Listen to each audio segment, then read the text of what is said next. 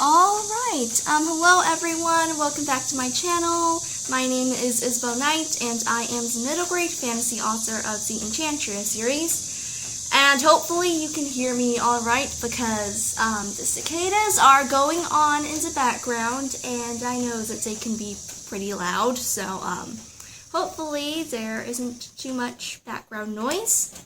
But as you can see here today, I have a stack of books here beside me, and that is because today I will be doing a sort of middle grade book recommendation video. So most of the books I will be recommending here are fantasy, but I will also be recommending some historical fiction, mystery books, and also contemporary. I don't know if there are any contemporary books on this list, but anyway, this list mostly has middle grade fantasy books along with a few middle grade historical fiction and a few middle grade mystery. So if you are interested in that, then stick around. Alright, so the first book on this recommendations list is When You Trap a Tiger by Tay Keller. This is one of my favorite books ever. It is just so beautifully written. I love all of the themes and just really how the author manages to capture such feeling into one novel. I've actually done a complete book review of this book, and you can check that out. But a short summary of this book is it's about a girl named Lily who is pretty shy, and she's really shy and quiet, really kind of blends into the background almost like she's invisible. But then one day her family has to move to her grandmother's house, her Halmani's house, and she sees a sort of Korean tiger right out of the fairy tales that her grandmother told her. And then when she discovers that her grandmother is sick, she decides to make a deal with the tiger, with the sort of tiger spirit, and the deal is that the tiger will restore her grandmother's health in exchange for the stories that her grandmother stole a really long time ago. And this is such a beautiful book. This is sort of, I don't know what this genre is called, like urban fantasy or magic realism. I don't know, but it's set in the real world, but it also has a lot of magical elements in it, and I really, really love that. I've been looking for more books like this. So, if you have any recommendations, pop them down in the comments below.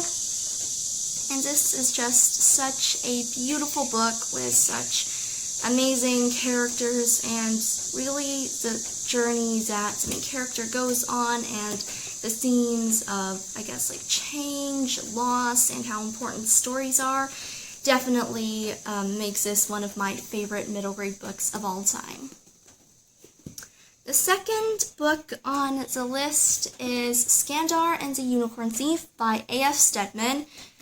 This is one of my favorite books of all time. I absolutely love this book. I got this book last year while I was in Thailand. I did a whole review on it.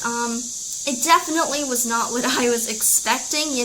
It's about unicorns, except the unicorns are bloodthirsty and really dangerous. Not at all like the unicorns in Keeper of the Lost Cities or My Little Pony.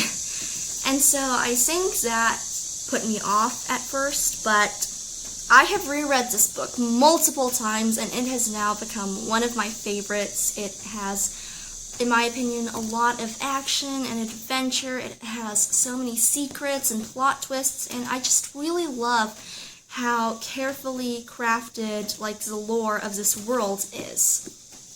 And this book is about a boy named Skandar Smith, and all he has ever wanted to do is become a unicorn rider, except in this world, the unicorns are pretty dangerous. As I've mentioned, they're bloodthirsty and all of that. And the only thing he has ever wanted to do is to become a unicorn rider, But just before his dream is about to come true, something absolutely terrible happens, and a villain called the Weaver has stolen the world's most powerful unicorn.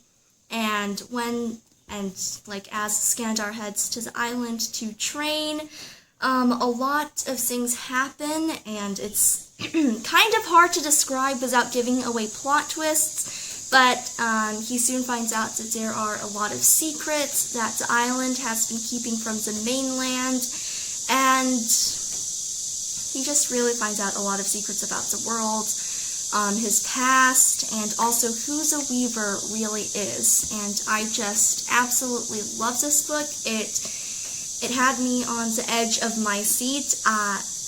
Actually, quite literally, it had me on the edge of my seat. And I was just gasping out loud at all of the plot twists in this book. And there are actually a lot of plot twists in this book, way more than I expected. So if you love, adventurous fantasy books with a lot of careful, detailed world building, and also want a unique twist on unicorns, then I definitely recommend this book. The third book I have to recommend is Lightning Falls by Amy Wilson. This book is a very whimsical middle grade fantasy. It's, pretty short compared to a lot of the books I read, but I absolutely love this book. It is so whimsical. I love the world. I love all of the magic in it, and I really love, the author's writing style. I think writing style is one of the things that is pretty hard to explain, but I think Amy Wilson, or at least in this book, her writing style is really very magical, very whimsical. The plot is super intriguing, the world is magical, and the characters have a lot of personalities.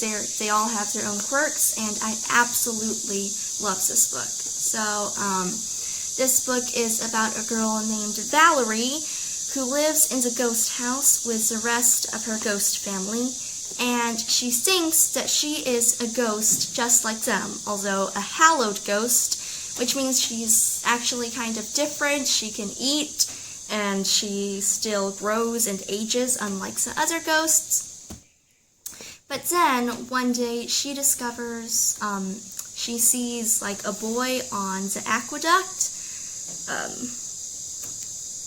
She sees, a boy at the top of the bridge, or the viaduct, aqueduct, I forgot what it's called, and she meets him, and he tells her that she is actually from another world that's sort of, across the bridge, and from that point on, she starts to discover a lot of secrets, and she discovers that who she is and where she came from is not really what she thought it was. And I won't go on anymore because I will give away plot twists, but this is such a fantastic book.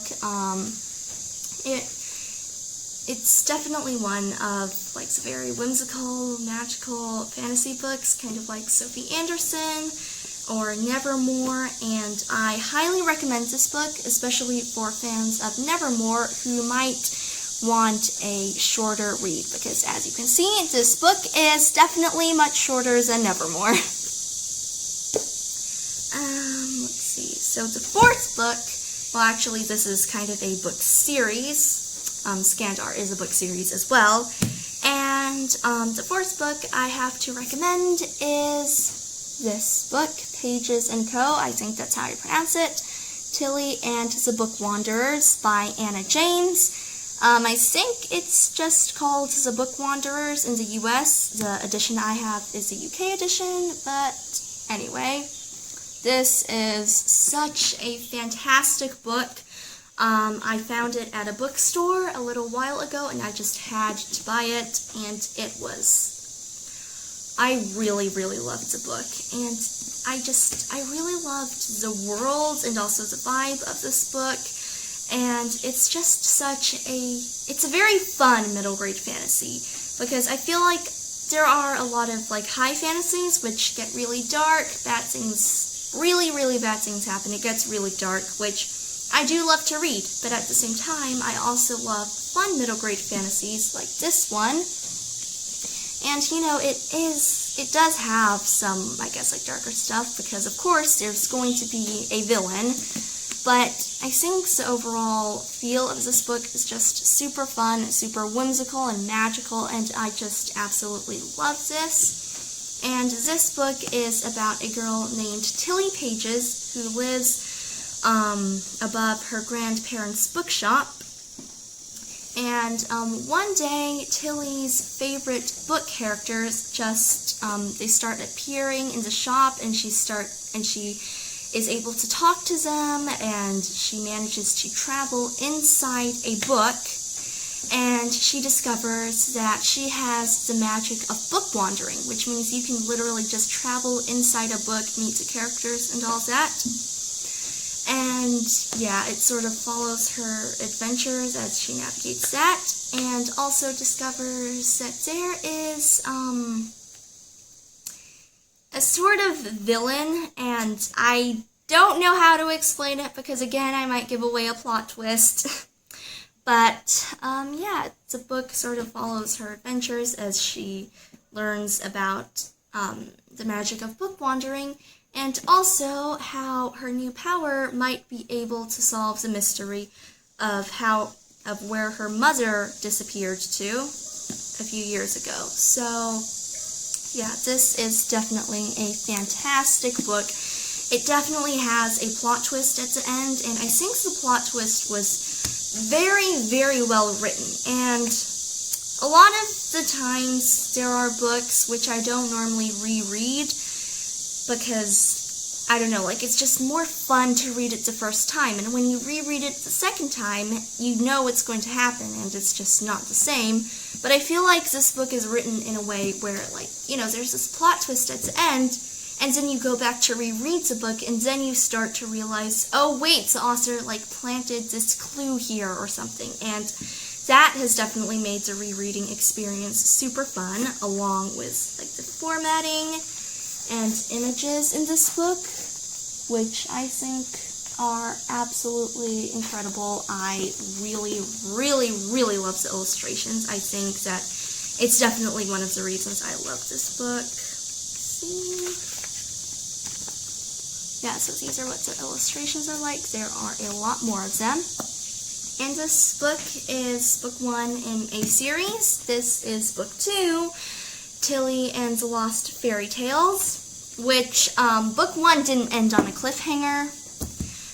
Book 2 kind of did. I didn't know that.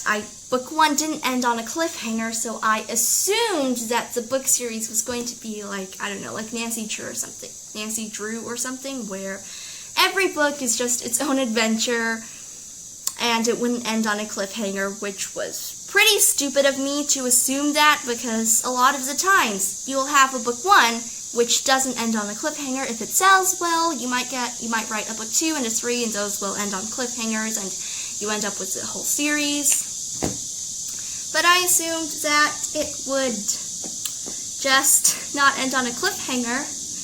Book 2 did, and I don't have book 3. So if you're going to read the whole series, I recommend just buying the whole series all at once, instead of waiting to be able to get the next book while knowing about this cliffhanger. But anyways, cliffhangers aside, this is a fantastic book series. I love the world building and the vibe of it, and I think it's definitely a perfect autumn read for some reason. So yeah, I highly recommend this. The 5th book I have to recommend, you probably might have heard of, because I think it's a pretty famous book, but that book is Arusha and the End of Time by Roshni Chokshi. I read this book quite a while ago, and I loved it. Like, the world was so interesting, and it was so unique and just so magical, and I absolutely love the voice of this book, and I absolutely love the main character as well. Like, the voice is very, I guess it flows really well. It manages to weave together a super, like, intriguing plot along with all of the world details, and also just all of the humor and the sarcasm in this book series I really love it. And so this book is about a girl named Arusha who has a tendency to sort of stretch the truth, sort of, to fit in, and she lives with her mom at, what was it called? The Museum of Ancient Indian Art and Culture. But one day, 3 schoolmates show up and they catch Aru in a lie. And they don't believe her when she says that there is a cursed lamp in the museum, and so they dare her to light the lamp. And of course, Aru lights the lamp, and lighting the lamp accidentally sort of like sets a, what's it called? By lighting the lamp, she accidentally frees this sort of demon called the Sleeper, who is going to, if I remember correctly, because I have not read this book in a while, I think end time, and basically destroy the world. And yeah, so now it is up to Aru and her new friends to stop the Sleeper before it is too late.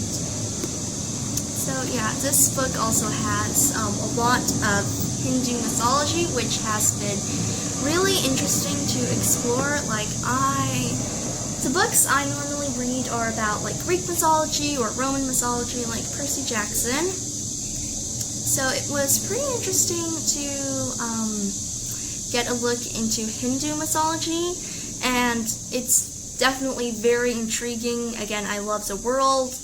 The only thing I don't like about this book really doesn't have much to do with the story. It's just like for some reason, I cannot remember. I can't for the life of me remember all of the names in this book, and this has absolutely nothing to do with the story. It is not the author's fault at all. It's just that a lot of the names in Hindu mythology can be kind of long, and so I have a tendency to forget those kinds of names. But, I mean, there is a glossary at the back, which does explain, like, all of the gods and goddesses, so that was pretty fun to read through. But yeah, all in all, I absolutely love this book. I highly recommend it for any middle grader who's looking for a super fun, magical, adventurous middle grade fantasy, which also has a lot of humor and sarcasm. Okay, so the 6th book on the list is The Peach Thief by Linda Jones Smith. As you can see, my stack of books has vanished, and that is because the first 6 books are all paperbacks, and then the rest of the books on this list are, like, I read the ebook versions, so I am not able to show you the covers, but I will pop them up on the screen so you will be able to see them. But yeah, so the 6th book I have to recommend is The Peach Thief by Linda Jones Smith. I was an ARC reader for this book, and I loved it. I know I say that about every single book in this video, but I really, really loved it. This book is a middle grade historical fiction. It's pretty long, but I just really love it. It has so much depth, and I think it's very character driven, and I love the character. Like the character arc so much. Like the main character really grows and changes throughout the story, and the book has like a lot of themes about growth and change, and I really loved all of that, and the writing style was amazing. I think that the author definitely has a really unique writing style, And I think that, the writing style just pulled me into the book. I felt like I was there with the main character as she went on, as all of these things happened to her. And the world just felt so real, and I absolutely loved it. I was very grateful, very lucky to be able to be an ARC reader of this book. I have the finished copy now, but yeah. So this book is about a girl named Cilla Brown, and she is a workhouse girl, and it takes place in Lancashire, England in the 1850s. And one day, Cilla decides to sneak into the Earl's garden to steal a peach. But she is caught and is mistaken for a boy, and because of that, she ends up managing to get a sort of job at the Earl's Gardens. And if she can manage to keep up this, disguise, then she might actually be able to stay in the gardens with, her new friend, and will actually have, a place to sleep, a roof over her head, and things to eat. And I just really love this book. The book really does focus on her journey of, just her growth throughout this book. And yeah, I really, really loved this book. I highly recommend it for anyone who is looking for a good middle grade historical fiction. This book is kind of long. Let me see. The hardcover is around 370 pages. It is a bit long, which I personally don't mind. I love longer books, but I know that some kids might not enjoy very long books. So I probably recommend this to, ages 10 and up for those who are looking for a really deep and real middle grade historical fiction.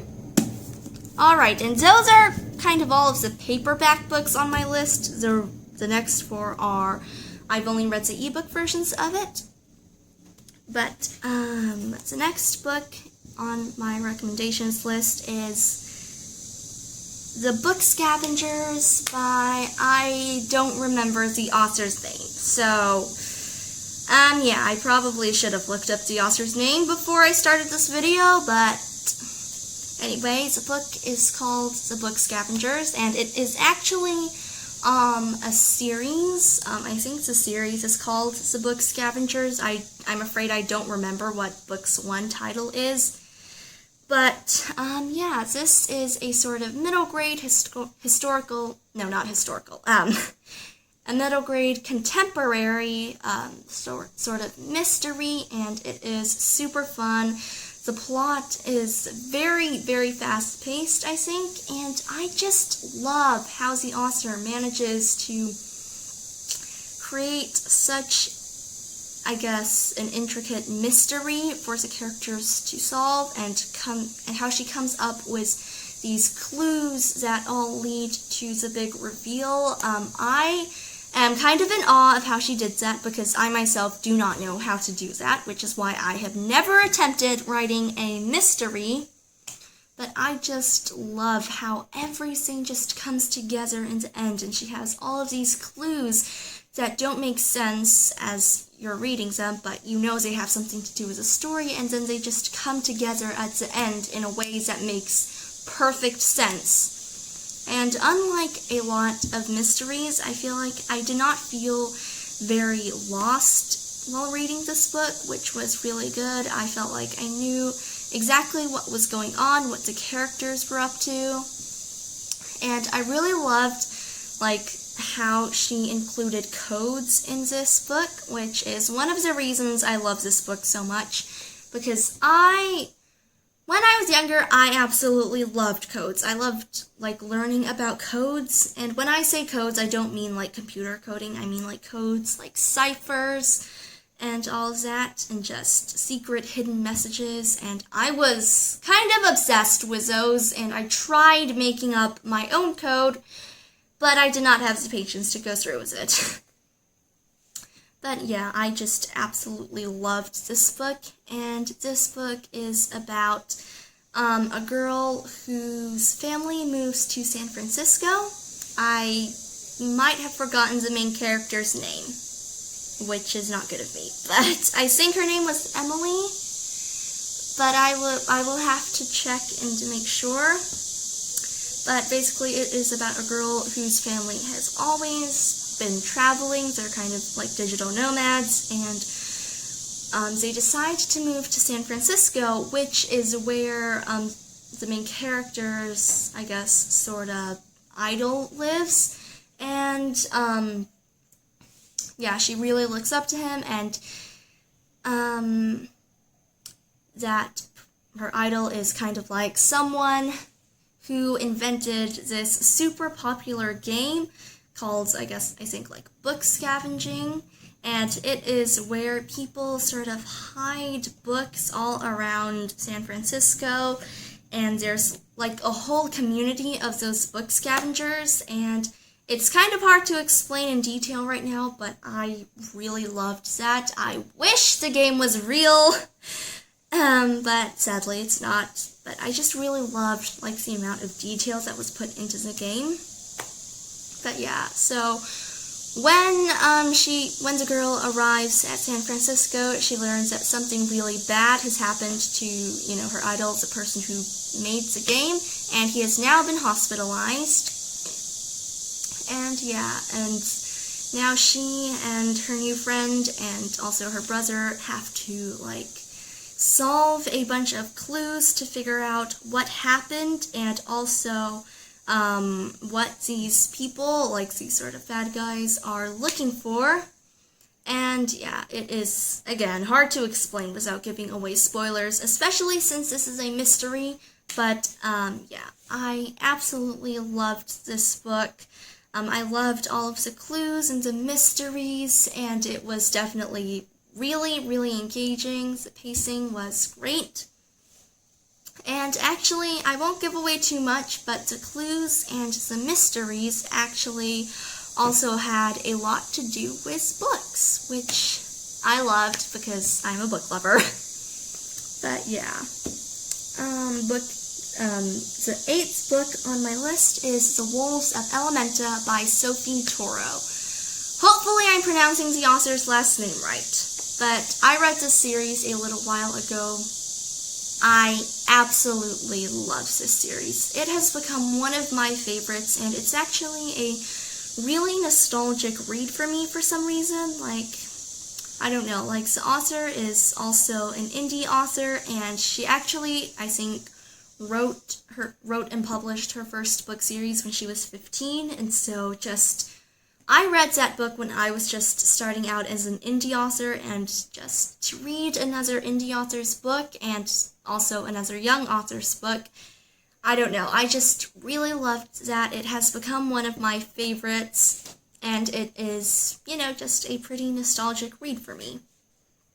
I really love the world of this book. I feel like it is really unique. I love, like, I guess, like, all of, like, the elemental parts of this book, and also how, like, there are wolves, and the wolves sort of have, like, elements, like fire, water, earth. No, wait, not earth. I think it was sand. I haven't read the book in a while, so I could be potentially getting the names of the elements wrong, but basically it's kind of like the 4 classical elements. And I just really loved that. I think that the world building is absolutely incredible. It's super detailed. I really love the lore of this world, and it is definitely one of my favorite books, and one that I do wish I had written. But yeah. So the series actually follows different main characters, but book 1 follows, I think, like a sky wolf named Aurora, and Aurora has always adored the queen of her, I guess, like, tribe or clan, and she has always adored the queen, and ever since the queen saved her and her brother from an avalanche. And I guess, like the sort of tribes or clans of wolves have always sort of been separated. They are enemies. They are all terrified of each other. And she believes that all of the other wolves are other wolves, like from the other clans or tribes, are dangerous and just want to destroy the sky wolves. But one day she discovers that that is actually not true, and that her brother has actually been meeting with these other wolves from the other tribes and or clans. I've forgotten what the group of wolves are called, but yeah, she discovers that what she thought all her life is not true, and that the queen of the sky wolves is not as amazing and as glorious as she once thought. And yeah, so I really, really love this book. I think the world is definitely really unique, and I also really love the author's writing style. And yeah, I also love how the sky wolves have wings, because I don't know, for some reason that is a part of the book that I just really love, like the fact that the sky wolves have wings. But I just really love it. I also really love the characters. I think that the characters definitely feel very real. You know, like Aurora, the main character, she definitely does not take the revelation that, you know, these other wolves are not as dangerous as she thought, and that the queen isn't as great as she thought. She doesn't take that information very well, which is honestly to be expected. But I really do love her character growth throughout the book, and honestly all of the characters' growth throughout the series, because as I've said, each book follows a different main character. So yeah, I highly recommend this book to anyone who is a fan of, I think, the Warriors series and the Wings of Fire series, because I think fans of those series will definitely enjoy The Wolves of Elementa. Okay, so the 9th book on this list is a book that I read recently, and I got it while it was on sale for free on Amazon, the ebook, that is. And that book is Stella by McCall Hoyle, and this is a sort of contemporary middle grade book. I think it's a shorter middle grade book, and I think it's kind of aimed at, I guess, the younger end of the middle grade. I don't know what it's called, but you know, I think it's aimed at like younger middle graders, but I absolutely loved it. The book follows the book is about a dog named Stella, and who is kind of like struggling with a lot of anxiety and trauma after an explosion that happened at an airport, and her caretaker, was killed in that explosion. And so the book really follows her journey as she sort of navigates all of that trauma and has to overcome her fears in order to help like her new family and this new girl that she has met. And I loved the book. Like, the characters were amazing. The plot was really engaging. I don't think I ever really felt bored while reading this book. And I just really love how McCall Hoyle manages to, I guess, like, really capture, like, what it would be like to, you know, like, be a dog and have that trauma. And I think she manages to, you know, write about that in a way that really gives it a lot of depth, but also isn't too heavy for middle grade, which I think is something that can be hard to do, but I think that the author does it perfectly. And yeah, I just really love the themes and the character growth throughout this book, and I highly recommend it for younger middle graders who might be looking for a really sweet, heartwarming contemporary read. And this book might actually also be good for reluctant readers, because this book is also I think it's pretty short. I don't have like the paperback version, and I didn't look at the page count on Kindle. But from what I read, I think it is definitely much shorter than a lot of the really long middle grade fantasy books. So if you are a reluctant reader or have a reluctant reader at home who doesn't really like these very long books, then I think they might enjoy this book instead. So yeah, and the final book on my recommendations list is another middle grade historical fiction that I was also an ARC reader for, and that book is Not Lucille by Mike Steele. I've actually interviewed the author before on my YouTube channel, so if you saw that interview, you probably already know about this book. But if you don't, the book is a middle grade historical fiction. It just came out in either, I think, June or July. And I loved it. I think it's also very character driven, but I also don't think it's too long. And I think the story itself is so heartwarming. It has a lot of really beautiful themes. And the main character definitely has a lot of personality. She has her own quirks, and so do all of the other characters in this book. And I just really felt like I was in the main character's shoes, and like I was right with her through everything. The amount of details that was in the world was that the author put into the world was also really great. I felt like, like I was right there. Like I felt like the world was real. And yeah, I really loved it. So, Not Lucille is about a 10-year-old girl named Lucy who lives in like the 1930s. She's Italian American. And it sort of, Lucy has always been, what is the word, like kind of very energetic, kind of hyper. She often speaks when she's not supposed to. She is stubborn, she's impulsive, and many of the teachers have said that. And the book really follows her journey as she goes into the 5th grade and has to sort of navigate, 5th grade, and also a much harsher teacher who actually turns out to be not as awful as she thought. And she also meets a deaf girl at the Academy for the Deaf, which a lot of the children in the neighborhood or at the school have dubbed the deafies. And yeah, and I just really love this book. It's kind of hard to summarize all of the plot points in this book, not plot points, but the plot lines in this book.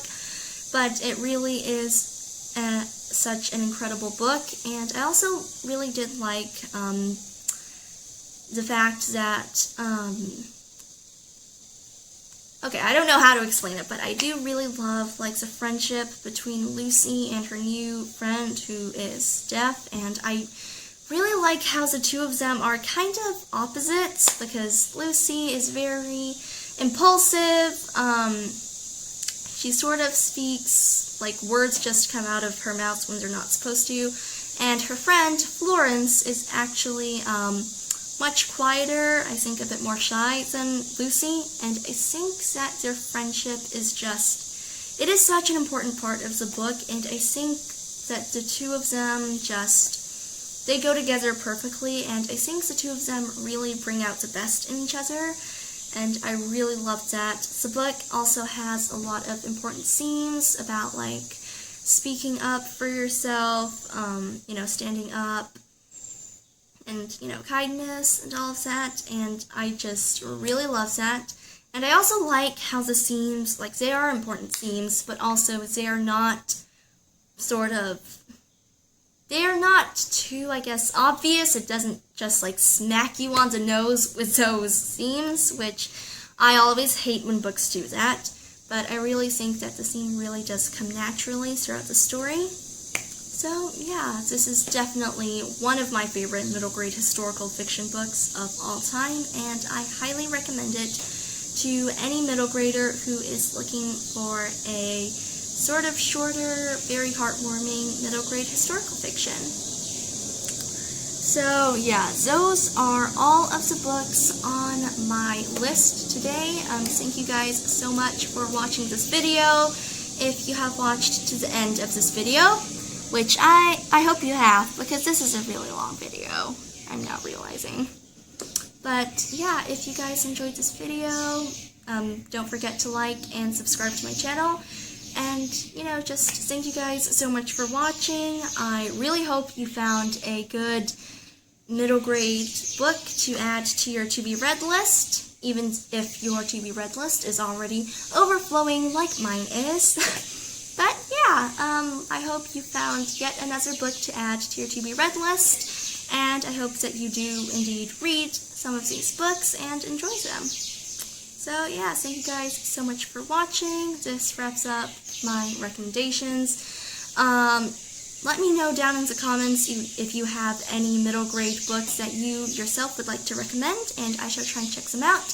And I might do a future video of more middle grade book recommendations, because I have a lot.